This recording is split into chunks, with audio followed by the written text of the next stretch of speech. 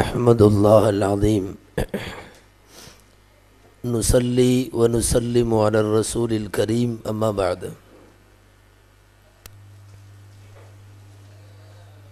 अऊज़ु बिल्लाहि मिनश शैतानिर रजीम बिस्मिल्लाहिर रहमानिर रहीम।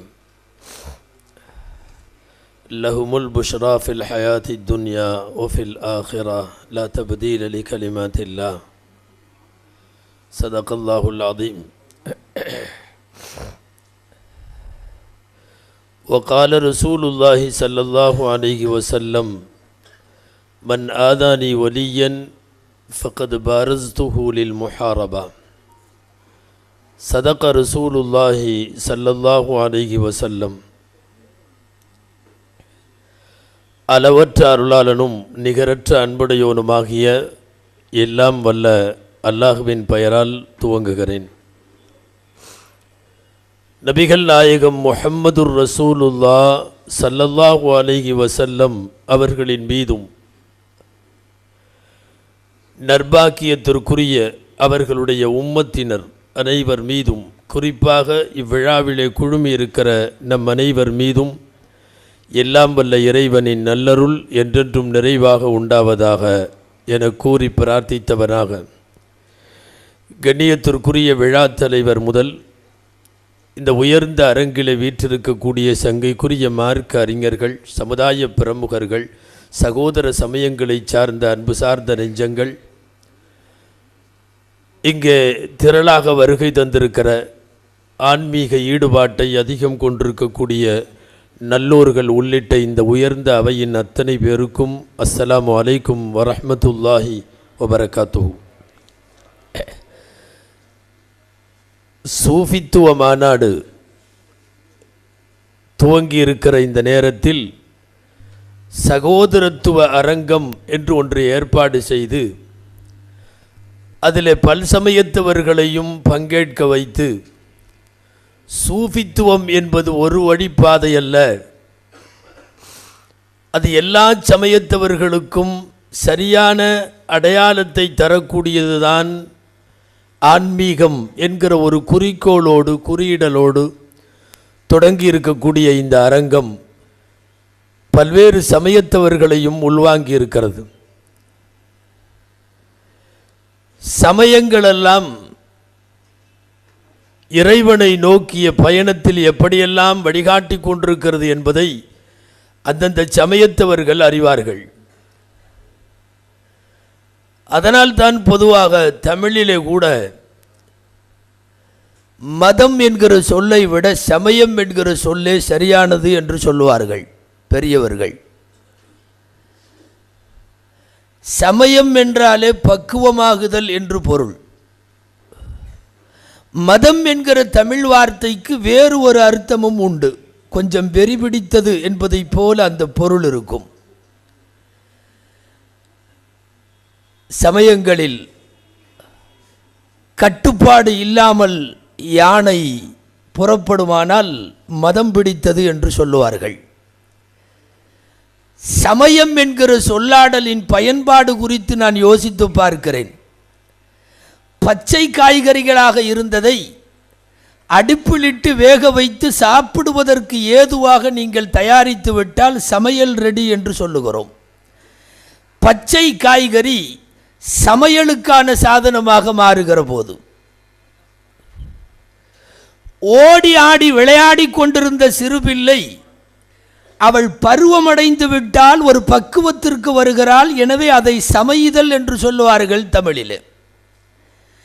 காய்கறி சமையலாகுவதும் விளையாட்டு பிள்ளை சமைந்து விடுவதும் இந்த வரிசையிலே மனிதர்கள் சமயங்களுக்குள்ளே பக்குவம் பெறுகிறார்கள் என்கிற கருத்தில் தான் சமயம் என்கிற சொல்லாடல் தமிழ் சூழலில் பயன்படுத்தப்படுகிறது.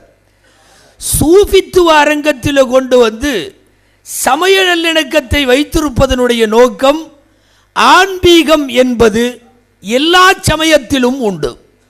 எல்லா சமயத்திலேயும் ஆன்மீக பெரியவர்கள் இருக்கிறார்கள். குறிப்பாக இஸ்லாத்திலே நபிகள் நாயகம் ஸல்லல்லாஹு அலைஹி வஸல்லம் காலம் முதலாக தொடர்ந்து இன்றைக்கு வரையும் கியாமத்து வரைக்கும் சூஃபிசம் இருக்கிறது. நான் அழுத்தமாக சொல்ல வருவதன் காரணம், சில பேர் பேசுவது போல, கருதுவது போல, எழுதுவது போல சூஃபிசம் இடையிலே ஏற்பட்டதல்ல. சூஃபிசம் இத்தனாவது நூற்றாண்டில் தொடங்கியது என்று அடையாளப்படுத்தப்படுவதல்ல.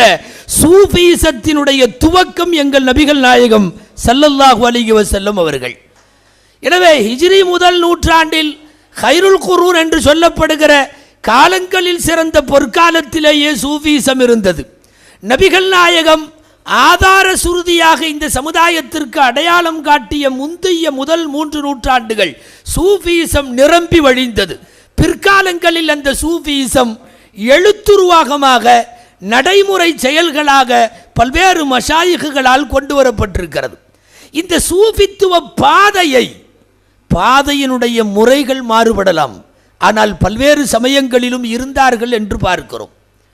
சீக்கியர்களுடைய மதகுருவான அந்த குருநானக்கினுடைய வரலாறுகளை படித்து பார்த்தால் ஏறத்தாழ இங்கே இருக்கிற இஸ்லாத்தில் இருக்கிற சில மஷாயிகுமார்களின் வாழ்வும் வாக்கும் எந்த கோணத்தில் பயணித்ததோ அதே கோணத்தில் குருநானக்கின் வாழ்வு பயணித்ததை பார்க்க முடிகிறது. வழிபாட்டு முறைகளில் நான் உள்ளே வரவில்லை, ஆனால் வாழ்க்கை பாதை என்று இருக்கிறது அல்லவா, ஆன்மீக ஞானிகளின் வாழ்க்கை பாதை நாம் பார்க்கிற ஒரு ஹசன் பஸ்ரி ரஹ்மத்துல்லாஹி அலைஹியோ, நாம் பார்க்கிற மஅரூஃபுல் கர்ஹியோ, நாம் பார்க்கிற கௌதுல் ஆலமோ, நாம் பார்க்கிற குத்புல் ஹிந்த் சிஷ்தி அவர்கள் அம்துல்லா அலைவர்களோ, இவர்களுடைய வாழ்வெல்லாம் எந்த மனித நேயத்தோடும் எந்த மனிதகுல சேவையோடும் பயணித்ததோ அதே கோணத்தில் குருநானக் போயிருப்பதை பார்க்கிறோம், ராமகிருஷ்ண பரமஹம்சர் போயிருப்பதையும் பார்க்கிறோம். நான் வழிபாட்டு முறைகளுக்குள்ளே போகவில்லை என்பதை திரும்பச் சொல்லுகிறேன். வாழ்வியல் முறைகள், வடலூர் வள்ளலாருடைய வாழ்வியலை படித்து பார்த்தால், ராமகிருஷ்ண பரமஹம்சரின் வாழ்வியலை படித்து பார்த்தால், என் குருநானக்கினுடைய வரலாற்றை படித்து பார்த்தால், இவர்கள் வாழ்ந்த வாழ்வு நாம் படித்த சூஃபிகளின் வாழ்க்கை முறையோடு ஒப்பிட்டு போவதைத்தான் சமயங்கள் ரீதியாக சூஃபித்துவம் சங்கமமாகிறது என்பதை நாம் எடுத்து சொல்லுகிறோம். மிகவும் குறிப்பாக இந்த உலகத்தில் மனித நேயத்தை மீண்டும் தொடர்ந்து அதை பரப்புகிற பணியில் ஈடுபட்டவர்கள் தான் சூஃபிகள். சூஃபிசம் தங்களுக்கென்று ஒரு வட்டம் அமைத்து கொண்டு தனியாக சுருங்குவதல்ல, பறந்து விரிந்த மானுடத்தில் மனித நேயத்தை தொடர்ந்து எடுத்து சொல்ல சில வழிமுறைக்கு பெயர்தான் சூஃபிசம் என்று பெயர். அல்லாஹ் அருளியது சூஃபிசம். நீங்கள் முஸ்லிம்களுக்கு வரலாறு தெரியும்.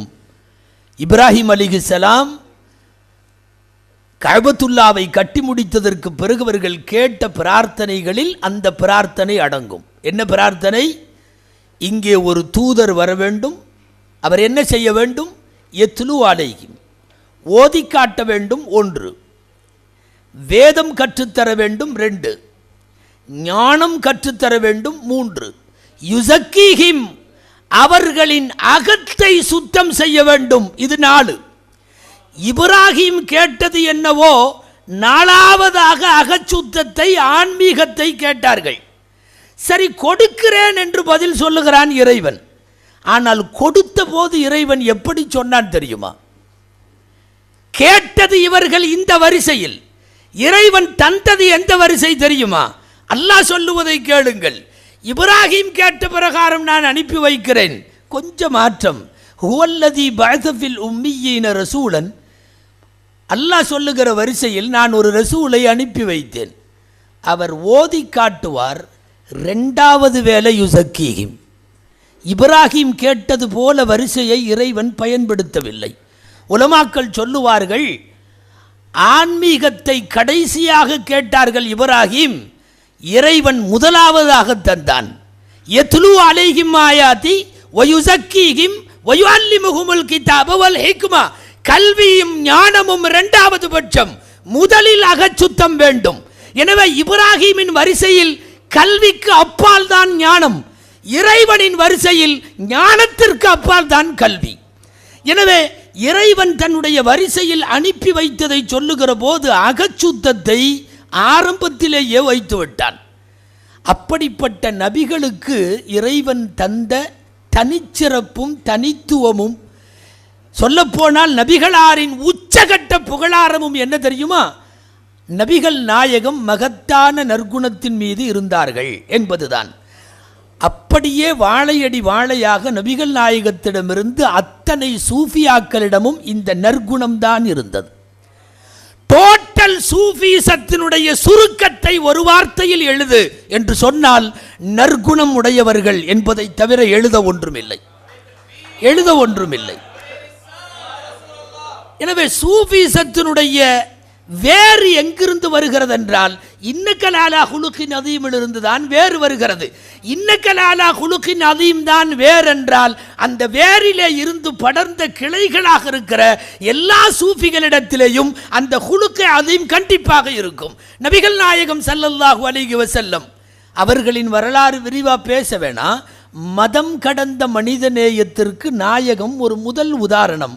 அவர்களிடமிருந்துதான் சூஃபியிசம் வருவதால் மதம் கடந்த மனிதநேயம் எல்லா சூஃபிகளிடத்திலேயும் இருந்தது. நபிகள் நாயகம் ஸல்லல்லாஹு அலைஹி வஸல்லமை பற்றிய எல்லா மதத்தவர்களும் அறிந்திருக்கிற செய்தி என்ன தெரியுமா? இறந்து போன அடுத்த சமயத்தினுடைய பிரேதம் கடக்கிற போது நாயகம் எழுந்து நின்றார்கள்.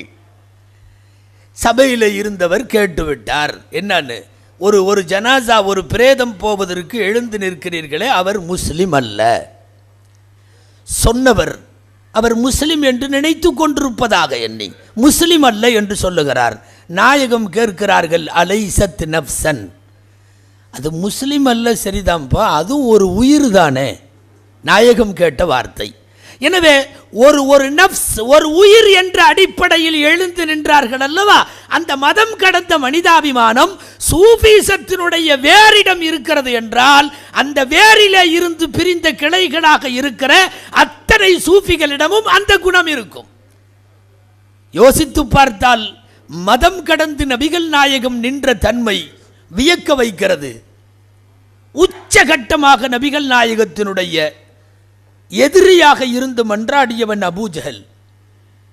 அந்த அபூஜஹலுடைய புதல்வர் இஸ்லாமிலே இணைகிறார். அபூஜஹலுடைய புதல்வர் இஸ்லாமிலே இணைகிறார். அந்த புதல்வர் இக்ரிமா சபைக்குள்ளே வருகிறார்.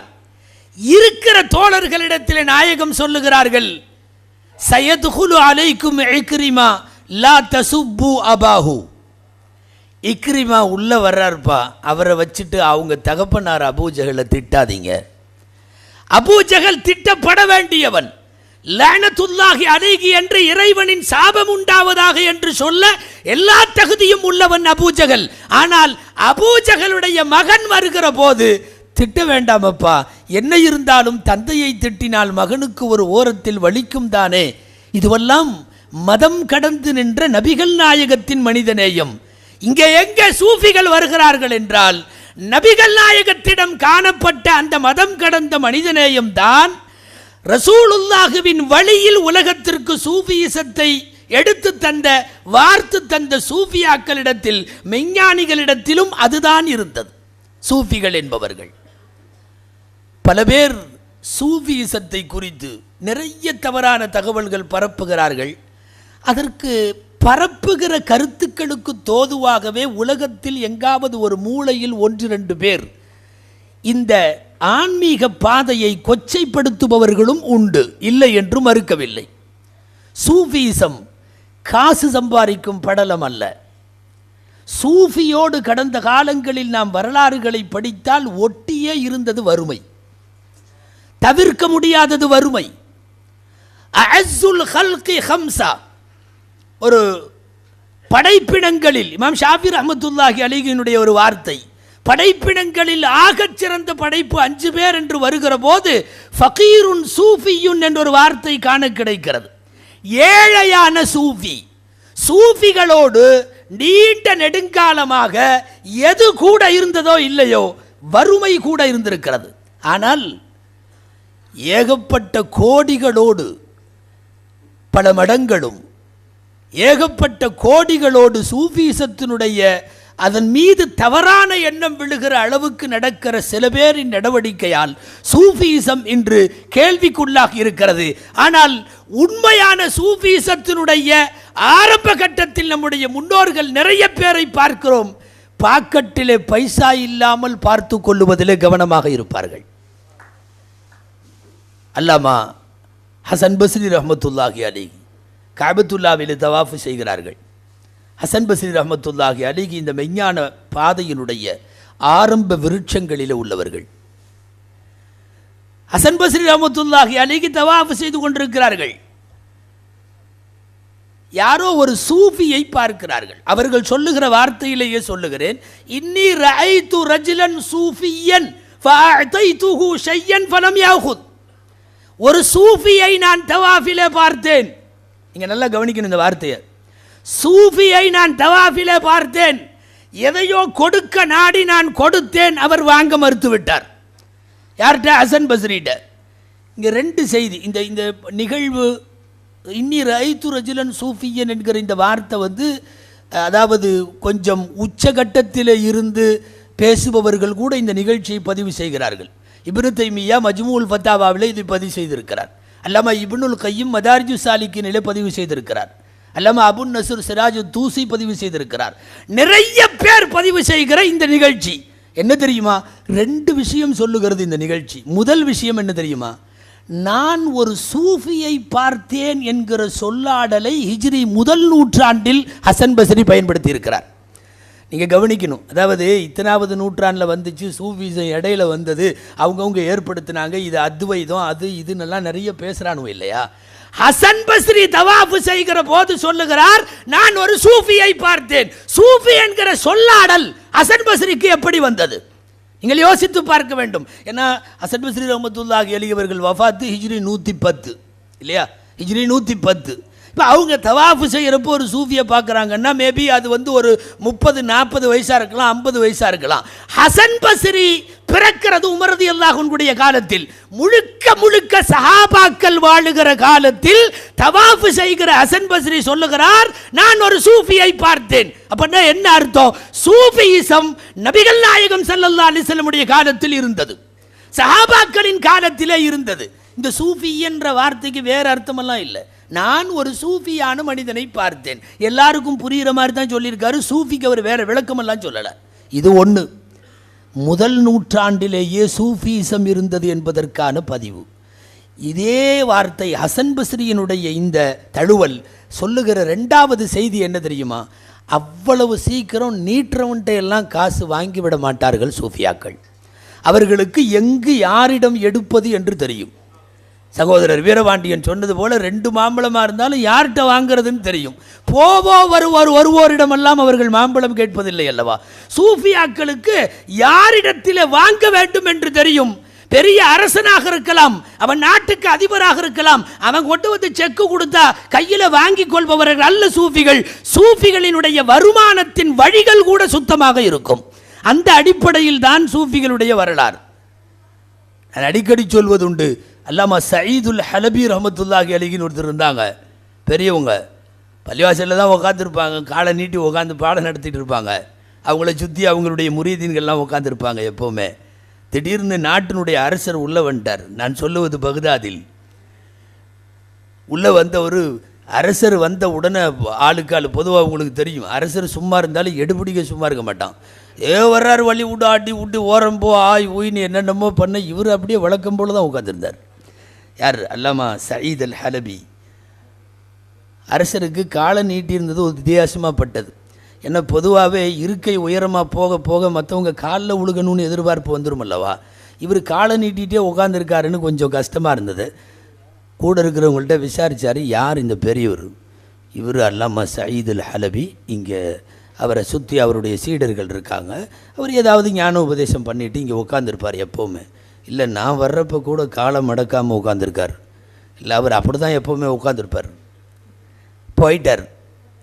இவரை எப்படி கவனிக்கணும்னு அரசர் அவருக்கு தெரிந்த ரூட்டில் போய் ஒரு பை நிறைய தங்க காசு கொடுத்து தன் உதவியாளரை அனுப்பி நான் கொடுத்தேன்னு அவர்கிட்ட கொடுத்துரு. இது எதுக்கு தெரியுமா? அடுத்த தடவை வரும்போது கால் நீட்டாமல் இருக்கிறதுக்கு இல்லையா? கொடுத்து விட்டார். அவர் வந்தார், அரசருடைய உதவியாளர் வந்து கொடுத்தார். இதான் உங்கள்கிட்ட கொடுத்துட்டு வர சொன்னாங்க. எதுக்கு? இல்லை, அன்பளிப்பாக கொடுத்து. நான் அப்படி வாங்கிறது இல்லை. நல்ல சூஃபிகள் அவ்வளவு சீக்கிரம் கை நீட்ட மாட்டார்கள். நான் வாங்கிறது இல்லை. இல்லை கொடுத்தது அரசர் ராஜகுற்றமாயிரும், நீங்கள் வாங்கலைன்னா முடியாதுன்னு போய் சொல்லிடு. இல்லை உங்கள்ட்ட கொடுத்துட்டு வர சொன்னார், அப்பன்னா ஒரு வேலை செய், திரும்ப கொடுத்துட்டு இந்த வார்த்தையை சொல்லு. என்னென்ன தெரியுமா? இன்னல்லதி மத்த ரிஜிலைஹி லா யமுத்து யதைஹி. காலை நீட்டிட்டு இருந்தவர் கையை நீட்ட மாட்டாராமான்னு போய் சொல்லு. அவன் அதிர்ச்சி ஆகி அதிலிருந்து மீள்றதுக்குள்ளேயே அடுத்த வார்த்தை சொன்னார், போய் சொல்லு, லவ் மத்த எதைகி லமஸ்ததா அய்யமுத்த ரிஜிலைஹி. ஒருவேளை கையை நீட்டிட்டா இனிமேல் காலை நீட்ட முடியாதாமான்னு சொல்லு. இந்த ரெண்டாவது வார்த்தை மிகச்சரியான வார்த்தை. கையை நீட்டிட்டா அதுக்கப்புறம் காலை நீட்ட முடியாதல்லவா? அரசரிடம் அந்த அன்பளிப்பு அப்படியே திரும்பி போனது. நான் அதைத்தான் சொல்லுகிறேன். ஹசன் பஸ்ரி சொல்லுகிறார், ரஐது ரஜுலன் சூஃபியன், நான் ஒரு சூஃபியை பார்த்தேன் தவாஃபிலே, கொடுக்க நினைத்து கொடுத்தேன், அவர்கள் வாங்கவில்லை. சூஃபிகள் வாங்குவதில்லை என்பது ஒரு செய்தி. சூஃபி என்கிற பதம் நாயகம் ஸல்லல்லாஹு அலைஹி வஸல்லம் வஃபாத்தான 30 வருஷத்திலேயே பயன்படுத்தப்படுகிறது என்றால் சூஃபிகள் ரசூலுல்லாவின் காலத்திலே இருந்தே இருக்கிறார்கள் என்பது அதற்கான இன்னும் ஒரு செய்தி. அந்த சூஃபிகள் வாழுகிற வழியெல்லாம் எல்லா மதங்களையும் தாண்டியவர்களாக, ஏன் எதிரிகளை கூட இரக்க கருணையோடு பார்க்கிற பார்வை சாமானியர்களுக்கு வராது, சூஃபிகளுக்கு மட்டும்தான் வரும். அல்லாமா ஃபுதைல் இப்னு இயாத் ரஹ்மத்துல்லாஹி அலைஹி ஏராளமான வலிமார்களினுடைய தலைவாசல் ஃபுதைல் இப்னு இயாத் ரஹ்மத்துல்லாஹி அலைஹி சொல்லுகிறார்கள், இதக்தாபக அதுவுக ஃபஹுவ அன்ஃபஉ மின் சதீகிக. உன்னை பற்றி உன் விரோதி எவனாவது திட்டுறான்னு வச்சுக்கோ, ஃபுதைல் இப்னு இயாதுடைய வார்த்தை. உன்னை பற்றி உன்னுடைய விரோதி எவனாவது திட்டுறான்னு வச்சுக்கோ, நல்லா தெரிஞ்சுக்கோ, உன் நண்பனை விட அந்த எதிரி பரவாயில்ல. ஏன் தெரியுமா? குல்ல மக்தாபக அதுவுக ஃபஹுவ அஅதா மின் ஹஸனாதிஹி. எப்பவெல்லாம் உன்னை உன் எதிரி திட்டுறானோ அப்பவெல்லாம் அவன் நன்மையிலிருந்து உனக்கு கொஞ்சம் கொடுக்குறான்னு அர்த்தம். இதை நண்பன் கூட தரமாட்டான். இந்த பார்வை இருக்கிறது அல்லவா? விரோதிகளையும் கூட தோழமையோடும் அவனை மிக பிரயோஜனம் தருவராகவும் பார்க்கிற பார்வை இவர்களுடைய பார்வை. யார் யாரெல்லாம் தங்களுக்கு எதிரில் தருகிறார்களோ மனிதர்களாக, மதத்தால் அல்ல, முஸ்லிமா, இந்துவா, கிறிஸ்தவனா, சீக்கியனா, ஜைனனா, அல்லது அதற்குள்ளே சைவமா, வைணவமா, எல்லா பார்வைகளையும் கடந்தவர்கள் சூஃபிகள். இந்தியாவினுடைய அடக்க ஸ்தலங்கள் இதற்கு சாட்சி. இந்தியாவின் அடக்க ஸ்தலங்கள் சாட்சி. அஜ்மீரிலே வந்து குவிகின்ற அனைத்து மதத்தவர்களையும் பார்த்தால் சூஃபிகளின் சமய நல்லிணக்கம் பேசி தெரிய வேண்டாம், அங்கே மசாரிலே பார்த்தால் தெரியும். ஒரு 4 நாட்களுக்கு முன்னாலே அஜ்மீர் ஹாஜா மொயினுத்தீன் சிஸ்தி அவர்களுடைய அடக்கத்தலத்தில் நிற்கிற நட்பேரை பெற்ற போது நான் அங்கே பார்க்கிறேன். எத்தனை பேர் முடிந்த சாமியார்கள், ருத்ராட்ச கொட்டைகளோடு வரக்கூடிய அந்த சாமியார்களை பார்க்கிறோம். உலகத்தில் வருகிற அதிபனெல்லாம் எந்த நாட்டு அதிபராக இருந்தாலும் தாஜ்மஹால் அந்த அஜ்மீர் ஷரீஃபில் வந்து நின்று விட்டு போகிறான். எனவே சூஃபிகளினுடைய அடக்கத்தலத்தை பார்த்தாலே அவர்கள் சமயங்களை கடந்து நிற்பதை பார்க்க முடியும். எல்லாரையும் அரவணைக்க அந்த செய்தியை பார்க்க முடியும். பிருத்திவிராஜா மன்னன் விஷயத்தில், ஜெயபாலுடைய விஷயத்தில் நீங்கள் அஜ்மீர் நாயகத்தினுடைய வரலாறு படித்தால் தெரியும். அந்த வரலாறில் பிற சமயத்தவர்களோடு ராஜஸ்தான் மண்ணிலே ஹாஜா குதுபு நாயகம் அவர்கள் ஆற்றிய அளப்பெரிய சேவைகள் சமய நல்லிணக்கத்திற்கான மிக நீட்சியான சான்றுகள். சூஃபிகள் என்பவர்கள் மதம் கடந்து இந்த மண்ணிலே பெரும் பணிகளை ஆற்றியிருக்கிறார்கள் என்று பார்க்கிறோம். அவர்களுக்குத்தான் மனிதர்களை திருத்துகிற ஆன்மீக பார்வையோடு பார்க்க தெரியும். துன்னூனே மிஸ்ரி ரஹ்மத்துல்லாஹி அலைஹி பிரபலமான வரலாறு. அதனால் ஒரே வரியில் முடித்து விடுகிறேன். துன்னூனே மிஸ்ரி கப்பலில் போகிற போது 20 பேர் குடித்து கும்மாளமிட்டு கொண்டு ஆடிக்கொண்டிருக்கிறார்கள். இந்த நிகழ்ச்சி துன்னூனே மிஸ்ரிக்கு நடந்ததாகவும் சொல்லப்படுகிறது. அல்லாமா ராத கஞ்சபக்ஷ் அவர்கள் தங்களுடைய கஷ்ஃபுல் மஹஜூபிலே துன்னூனே மிஸ்ரி என்று பதிவு செய்திருக்கிறார்கள். இதே நிகழ்ச்சியை அபு அப்துர் ரஹ்மான் சுலமி அவர்கள் இது மஅரூஃபுல் கர்ஹி என்று பதிவு செய்திருக்கிறார்கள். அல்லாமா கர்ஹி அவர்களோ அல்லது அல்லாமா துன்னூனே மிஸ்ரி அவர்களோ யாரோ இருக்கட்டும், ஒரு சூஃபி, துன்னூனே மிஸ்ரி என்பது பரவலானவர்களின் கருத்து. ஆட்டி பாடிக்கொண்டிருந்த 20 பேர் ஷேகை அவமதிப்பதை தாங்க முடியாத முரீதீன்கள் சொல்லுகிறார்கள், ஒரு பத்துவா செய்யுங்கள், 20 பேரும் நாசமாகட்டும். இன்னொன்று மிஸ்ரி சிரித்து கொண்டே சொன்னார், துவா செய்ய நான் தயார், நீங்கள் ஆமீன் சொல்கிறதுக்கு ரெடி. கையை தூக்கினார்கள், சொன்னார்கள், யா அல்லாஹ், உலகத்தினுடைய இன்பத்திலே மூழ்கும் அந்த சுவையை இவர்களுக்கு தந்தது போல் இவர்களுக்கு மறுமையின் சுவையை தந்துவிடும். ஆமீன் சொல்கிறதுக்கு வாய் வரல யாருக்கு? முரீதீன்களுக்கு. ஏன்னா அவ்வளவு கோபம், ஷைഖை அவமதித்த கடுமையான கோபம். இவர் இப்படி துவா செஞ்சிட்டாங்களே, மறுமையின் லத்தத்துகளை கொடு என்று சொன்னால், மறுமையின் சுவையை கொடு என்று சொன்னால், துன்னூனி மிஸ்ரி ரஹ்மத்துல்லாஹி அலைஹி விளக்கம் சொல்லுவார்கள், நான் கேட்டது மறுமையின் சுவையை. மறுமையின் சுவையை சாதாரணமாக அடைய முடியாது, அதற்கு அவன் தயாராக வேண்டும் என்றால் இந்நிலையிலே இருந்து அவன் திருந்த வேண்டும். யார் அட்டுழியம் அநியாயம் செய்பவர்களை பார்க்கிற போதும் நமது பார்வை அவன் திருந்த வேண்டும் என்று வர வேண்டுமே தவிர அவன் நாசமாக வேண்டும் என்று வரக்கூடாது. இது சூஃபிகளுக்கே உரித்தான பார்வை. இன்னொன்று மிஸ்ரி ரஹ்மத்துல்லாஹி அலைவர்களை பற்றி கஷ்ஃபுல் மஹ்ஜூபிலே பதிவாகி இருக்கிற செய்தி அது. அதனால் தான் உலகத்தில் மனித நேயத்தோடு எல்லா படைப்புகளையும் அணுகுவதற்கு அந்த சமயம் கடந்த பார்வை அவர்களுக்கு உரித்தானது. டெல்லியிலே ஆசாத் ரசூல் சாஹிப் அவர்கள், மௌலானா நம்முடைய இங்கே இருக்கிற நாகூர் ரூமி அவர்கள் சமீபத்தில் உள்ளத்தை நோக்கி திரும்புதல், இதயத்தை நோக்கி திரும்புதல் என்ற ஒரு புத்தகம் ஷேக் ஆசாத் ரசூல் அவர்கள், அவங்க முன்னால் அலிகல் யூனிவர்சிட்டியினுடைய ப்ரொஃபஸர் நினைக்கிறேன், ஷேக் அவர்களுடைய சுஹபத்தில் சிறிது காலம் இருக்கிற பாக்கியம் நாங்கள் பெற்றோம். அவர்கள் இங்கே மக்கா மஸ்ஜிதினுடைய அந்த தர்காவிற்கு வருகிற போதும், திருச்சி தபலே ஆலம் தர்காவுக்கு வருகிற போதும் அவர்களோடு நாங்கள் பயணித்திருக்கிறோம். அல்லாம ஆசாத் ரசூல் சாஹிப் அவர்கள் நக்ஷபந்தியா தரீகாவினுடைய அவர்களுடைய புதல்வர் இப்போது நடத்தி கொண்டிருக்கிறார். அந்த ஆசாத் ரசூல் சாஹிப்பை பற்றிய செய்திகளை பதிவிடுகிற போது நாகூர் ரூமி கூட அந்த புத்தகத்தில் பதிவு செய்கிறார். அதன் வெளியீட்டு விழாவிலே கலந்து கொள்ள முடியாத சூழ்நிலை வந்துவிட்டது.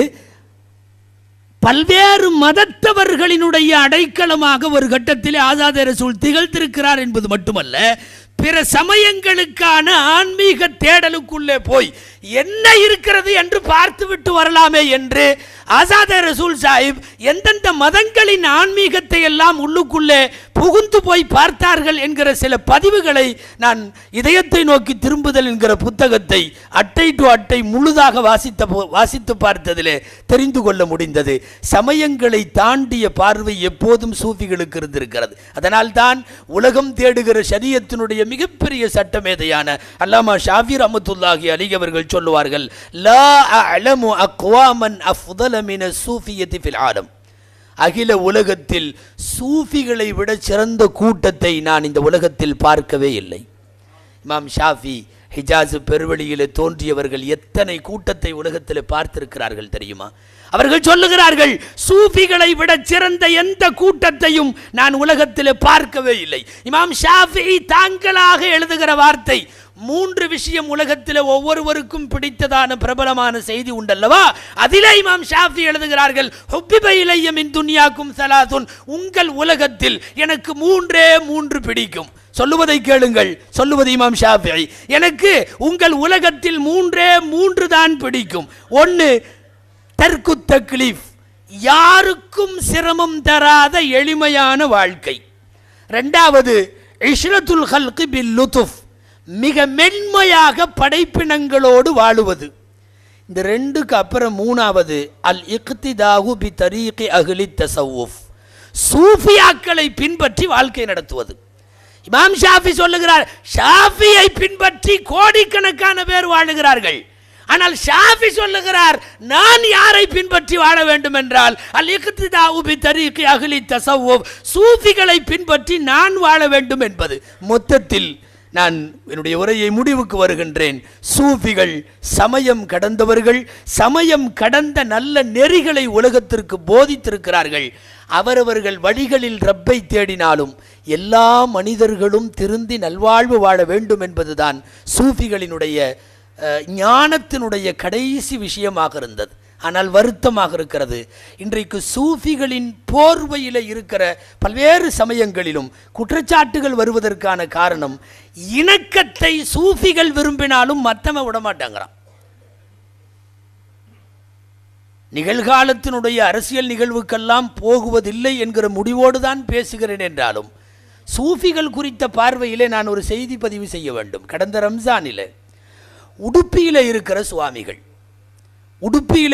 சுவாமிகள் அவர்களுக்கு இறைவன் எல்லா நலனும் தர வேண்டும். உடுப்பி கோவிலில் மடத்தில் இருக்கக்கூடிய சுவாமிகள் உள்ளூரில் உடுப்பியில் இருக்கிற முஸ்லிம்களுக்கு இஃப்தார் விருந்து கொடுக்கிறார். நீங்கள் பத்திரிகையிலே படித்திருப்பீர்கள். கோவிலினுடைய வாசலிலே வைத்து எல்லா மதத்தவர்களையும் அழைத்து இஃப்தார் விருந்து. சொல்லப்போனால் ஒரு சாமியார் செய்ய வேண்டிய வேலையும் அதுதான், மௌலவிகள் பள்ளிவாசலில் செய்ய வேண்டிய வேலையும் அதுதான், கிறிஸ்தவ பாதிரிகள் தங்கள் சர்ச்சுகளிலே தேவாலயங்களிலே செய்ய வேண்டிய வேலையும் அதுதான். சமய ரீதியாக மனிதர்களை இணைக்க வேண்டும். அந்த வேலையை ரொம்ப கச்சிதமாக செஞ்சார் உடுப்பி சுவாமிகள் அவர்கள். இதுக்கு ஒன்றும் நான்வெஜ் எல்லாம் போடலை அவர். நம்ம சாதாரணமான கஞ்சி பழரசம் அது இதுன்னு வச்சு உள்ளூர் முஸ்லீம்களை எல்லாம் கூப்பிட்டு, 1-2 சிறுபான்மை சமுதாயத்தை சார்ந்த கிறிஸ்தவர்கள் அவங்க இவங்களை எல்லாம் கூப்பிட்டு, அவர் தன்னுடைய காவி உடையோடு வெற்றுடம்போடு அவருடைய ருத்ராட்ச மாலையோடு வந்து எல்லாத்துக்கும் ஜூஸ் கொடுத்து பரிமாறுகிறார். முதல் நாள் பத்திரிகையில் வந்தது, ஆஹா உலகத்தில் இந்து மதத்தினுடைய பெருமக்களாக இருக்கிற சாமியார்கள் எல்லாம் இப்படியல்லவா இருக்க வேண்டும் என்று நம்முடைய மனங்கள் புலகாகித்து போயிருக்கிற நிலையில் அடுத்த நாள் சாமியாருக்கு எதிராக கோவிலுக்கு எதிரே ஆர்ப்பாட்டம் நடக்கிறது. வெளியே போ, நீ உள்ளே இருக்காதே, மதத்தை களங்கப்படுத்தி விட்டாய், நீ இதை செய்து விட்டாய், ஆகம விதிகளை மீறி விட்டாய், என்னென்னமோ சொல்லி அவரை மிருகம் மாதிரி பேசுகிறான். ஆனால் உண்மை என்ன தெரியுமா, மனுஷன் மாதிரி வேலை அவர் செஞ்சார். அதாவது ஆன்மீக குருநாதர்கள் என்ன செய்யணுமோ அதை செய்தார் அந்த உடுப்பி சுவாமிகள். நாட்டிலே மத நல்லிணக்கத்தை விரும்பி செயல்படுகிற சாமியார்களும் சரி, பாதிரியார்களும் சரி, மௌலவிமார்களும் சரி, ஒரு விதமான அச்சுறுத்தலுக்கும் தாக்குதலுக்கும் உள்ளாகுவது என்பதுதான் வேதனை. மற்றபடி எல்லா சமயத்தினுடைய வழிகாட்டிகளும் சரியாகவே இருக்கிறார்கள். அந்த பாதை, சகோதரத்துவ பாதை தொடர்ந்து பயணிக்கட்டும் என்ற விஷயத்தை மட்டும் சகோதரத்துவ அரங்கம் என்கிற இந்த சூஃபி அரங்கத்திலே நான் பதிவு செய்து நல்ல வாய்ப்புக்கு நன்றி கூறி நிறைகிறேன். வாஹிர் தஅவானா அல்ஹம்துலில்லாஹி ரப்பில் ஆலமீன். அஸ்ஸலாமு அலைக்கும் வரஹ்மத்துல்லாஹி வபரகாத்துஹு.